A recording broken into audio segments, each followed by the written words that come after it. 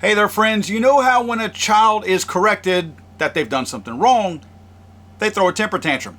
Today we're talking about the ATF. First, guys, go check out my friends Attorneys on Retainer. These guys are not an insurance company.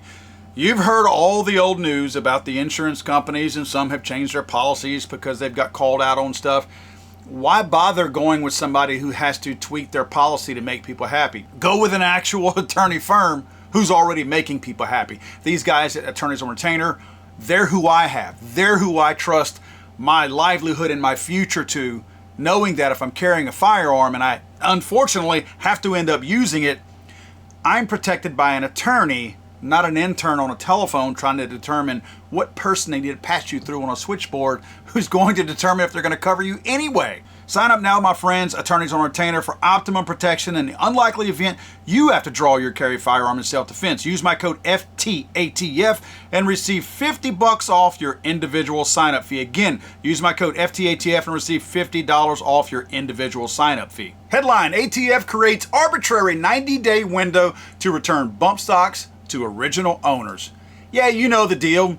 The ATF trying to change ruling without any kind of support from Congress and a strong push from anybody out there who wants to ban firearms in general.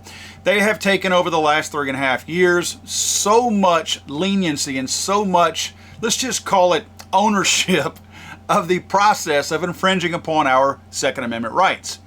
And there's a whole lot of other rights that are combined in there, but let's face it, the primary focus has been on restricting you and myself from owning firearms. Well, they're getting slapped around. The Supreme Court has not tolerated what these guys have tried to do, and it's been the funniest thing to witness from afar.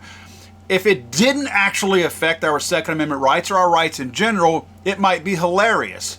But it has been a little comical to watch them overstep and infringe and have to backtrack.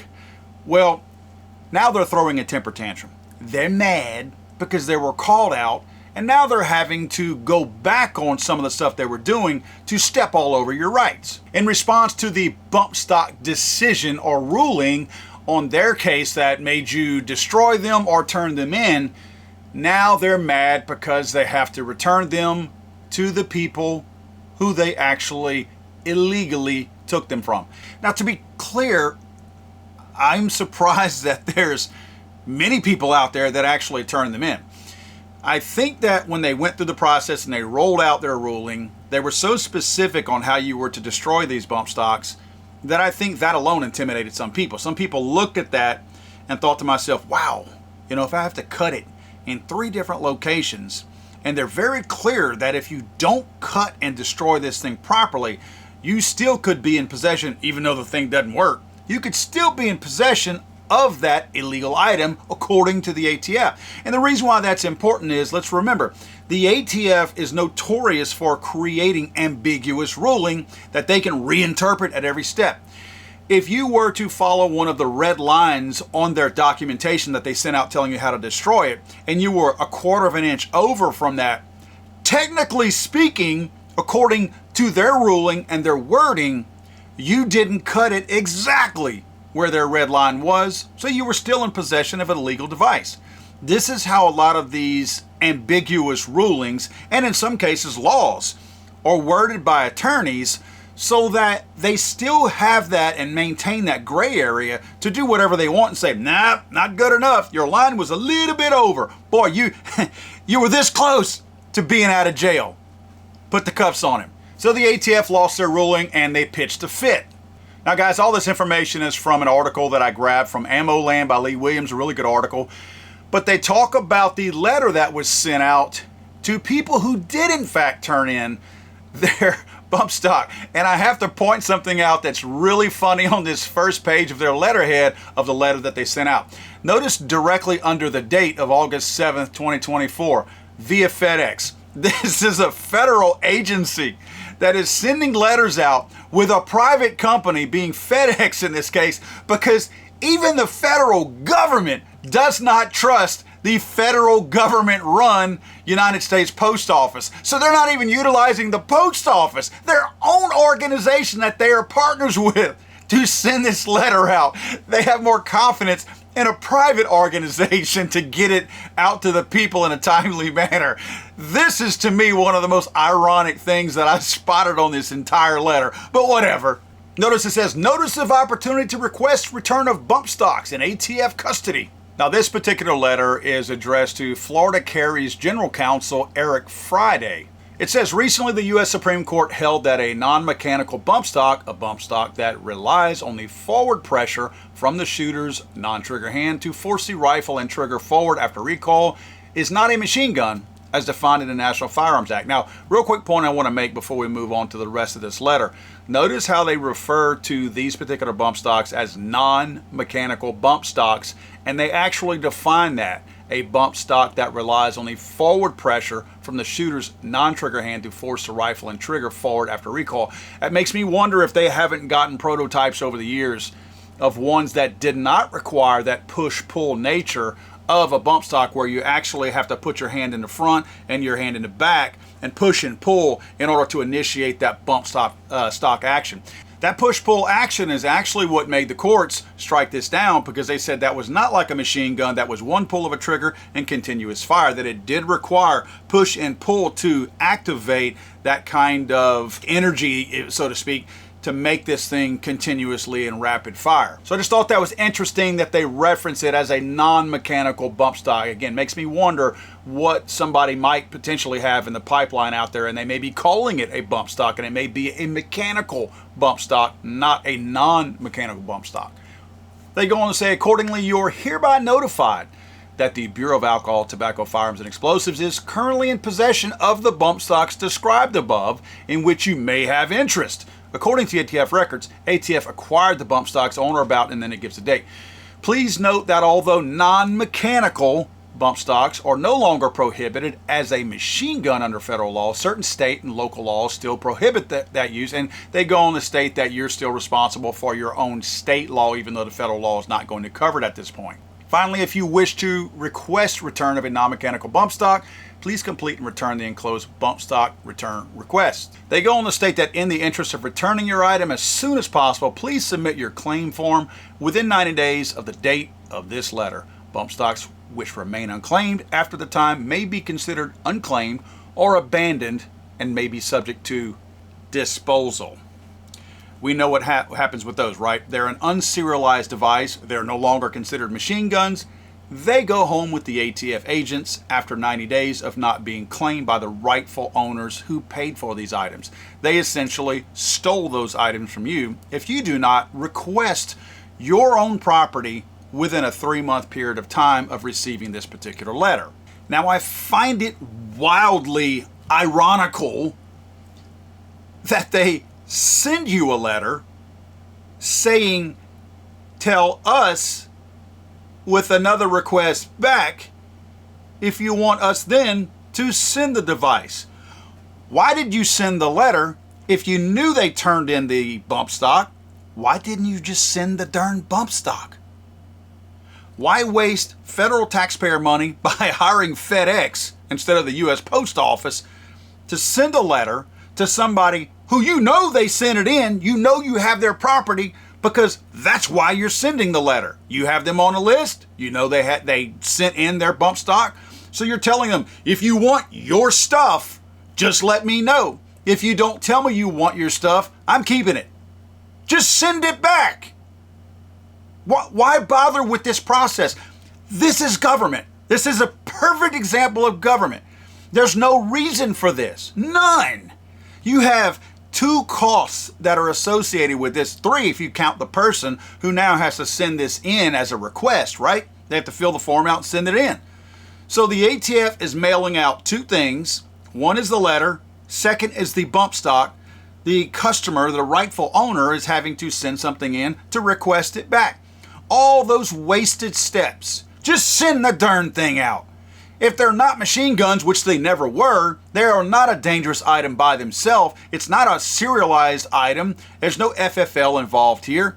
So what if somebody moved from that particular address that they used to be in? If that's the case, your letter is going to go unseen anyway. Just send the bump stock. This is the stupidest process I've ever seen. This is, again, a snapshot of government incompetence. This is how government runs. Increase and put in as many steps as you can to make the process as cumbersome and stupid as you can, because we need to justify Billy and all the other slackies over here in the back office downstairs drooling on each other to justify their pay and their positions so that we don't get them removed from our budget for next year. We have to justify these idiots over here, so let's create as much rework and stupid work as we possibly can so that we can say, oh, we need more people. These people were overworked last year. Look how many hours of overtime that were implemented and paid out over this last year because we had to return bump stocks. We need more people. Your processes suck. Your processes are stupid. Now look at the return request form. Name, mailing address, telephone number, email address. By God, you've already got the name and the mailing address. We know that for a fact. Are they just asking for more information like a phone number and like an email address to make this, again, a quasi-registration? Is this a way to register people in case they ever pass this again, the bump stock ban? And to say, well, now not only do we have Johnny's name and his mailing address, we've also got his phone number and his email address so we can really track him down now. So we can send him a letter next time telling him to send his bump stock back in again at his expense because they're illegal again. Kamala Harris wins. This is likely something that they will kick to Congress and have them do it at that point. Now, quick side note, I want to repeat this because a lot of people still don't know this. The ATF and the FBI, they don't know what each other is doing. They're a bunch of screw-ups, and they don't respect each other, I believe. The ATF would not let the FBI would not let the ATF inspect the room in Las Vegas where supposedly a bump stock was used at that shooting over there, right? They were never allowed to look at anything. So the ATF formally put out a statement through legal documentation stating that we don't even know if a bump stock was used over there. We have no proof that it was or it wasn't. So that whole stupid thing that they're even using to ban this was bogus to begin with, because they wouldn't have put that statement out if they thought that a bump stock was used. They don't think there was one used, so this whole thing is bogus to begin with. Now back to the destruction process. This is a question I have. So you're sitting here offering, and I think there's very few people that turn theirs in. I really do believe that. I think that there's a very small number of people that turn theirs in. There's likely a few that might have destroyed them, but I doubt that too. But what about them? Right? You as the ATF made a mistake. On the clock, you made a mistake. This was wrong. It was ill-conceived. Should not have ever happened. So you may have had, and I'm sure there were some, you may have had some people who did in fact destroy property that they purchased with their own hard-earned money. These things were not cheap. $300, $400, $500 for these things. These people cut these up. And you specifically had the wording in your directions so that they could not ever be returned to its intended function or restored in any kind of way to work again. So based on your intention, what are you going to send out directions on how to potentially weld these things back? You made it so specific on how to cut these things up that supposedly they can't ever work again. So these people have destroyed their own property. So there's nothing for you to return, and they can't restore it to their original condition. So these people are S out of luck, right? How right is that? You just disenfranchised a bunch, potentially, of Americans out there who are struggling in a really crappy economy right now, and you did this to them, and they have no recourse whatsoever. Why? Because you're the federal government. You guys put out information and instructions on how to permanently disable these things, and now these people do not have them. And let's be real clear here. There are people out there who have a lot to lose. And most of us, I guess, we have stuff to lose, between our families. We can't afford to go to jail. We certainly don't have the amount of money, $200,000, that these people were threatening people with and bullying people with to ban these things that were incorrectly banned, obviously. So they bullied people and tried to intimidate and scare people in turning them in and cutting them up. And the reason why some people who they had too much to lose, didn't have the option to say, I'm not doing anything, which, by the way, most people did nothing. I'm just saying. Those that did do something may have been people in a professional field who couldn't afford for the ATF to come knocking at their door. I mean, we've seen the ATF confiscate, and in some cases not even confiscate, just ask for credit card records out there and get them from these anti-gun credit card companies. These people in professional atmospheres may have been fearful that the ATF was going to resort to that. Go to Bank of America and tell Bank of America, let's see all of your records from Bumpfire, Slidefire, or Fostech, and I want to see who all purchased one of these items, and now we're going to go after them because, hey, by the way, we requested 87,000 new IRS agents. We're going to deputize them to go do this, right? So they did all this stuff to intimidate people, and when you see the drawings of how specific they are on where you're supposed to destroy and cut these particular items at, I think that further makes people nervous that, wow, if they're this specific, they have really taken this thing really seriously. And I think that in itself intimidates people. Like, man, I'm just not even going to take a chance of cutting this up. You know, if I screw it up, I could still go to jail, like I discussed earlier. So I think that's all part of the process. This is all part of the mind game that the ATF is playing. They didn't need to be this specific. You could have cut this thing one or two places anywhere. I'm not talking about the end of the stock, but you could have pretty much cut it almost anywhere and disabled this thing. It never could have been used again in that type of manner, right? But they got super specific like this, and then they threw the warning out there stating destroying a bump stock using any other method may be legally insufficient, such that continued possession of the device may violate, and then it gives the U.S. code. So they were very clear in their intimidation efforts to let you know we can still throw you in jail. So they wanted you to send them in. They didn't want you cutting them up because too many people out there didn't do anything. So they would have more control if you were to actually send them in. So this appears to just be another example of the overreach of the ATF. I think as we roll into an election season, you're probably going to see the ATF quiet down a little bit. I'm actually surprised they sent this letter out. They probably were getting some pressure after the court ruling saying that they were stupid and incorrect in their ruling anyway, and they had to reverse everything. They probably got some pressure with people going, hey man, I've seen the ruling, where's my stuff? You know, those that sent them in. Again, not many did.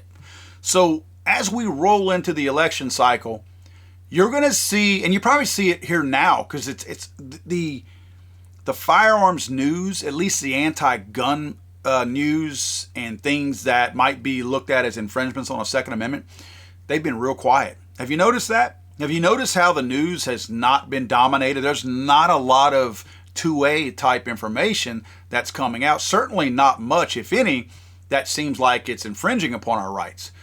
That's politically driven by an upcoming election. It will get even quieter as we get closer to November because let's face it, there are Democrats who own guns and there are a lot of independents who own guns. So they want to pull back as much as they can heading into that election cycle. Look, folks, I genuinely don't care what gay people do in their own time, but with the ATF putting processes in place like this to use taxpayer money against taxpayers, and then all of a sudden they have disenfranchised those people and they're left without their product, or in this case, you got a 90-day window. You know, they don't ever have any kind of a limit that we can impose on them whenever they make some kind of a stupid ruling or they take something by mistake, or if they confiscate something, if they come do look at your house or something like that and they take your stuff. There's no time limit on that. But these people can use taxpayer money to infringe upon you and then put a time limit on you that you're responsible now to make these things happen. And again, you're likely going to send your stuff back using the U.S. Post Office that they don't even trust because they use FedEx instead.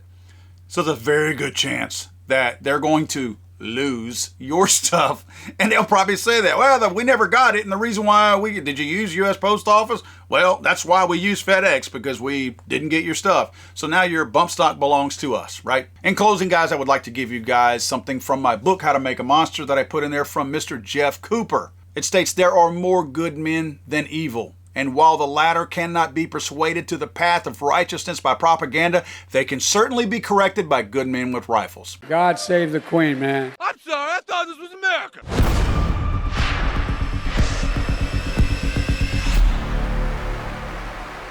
He's over.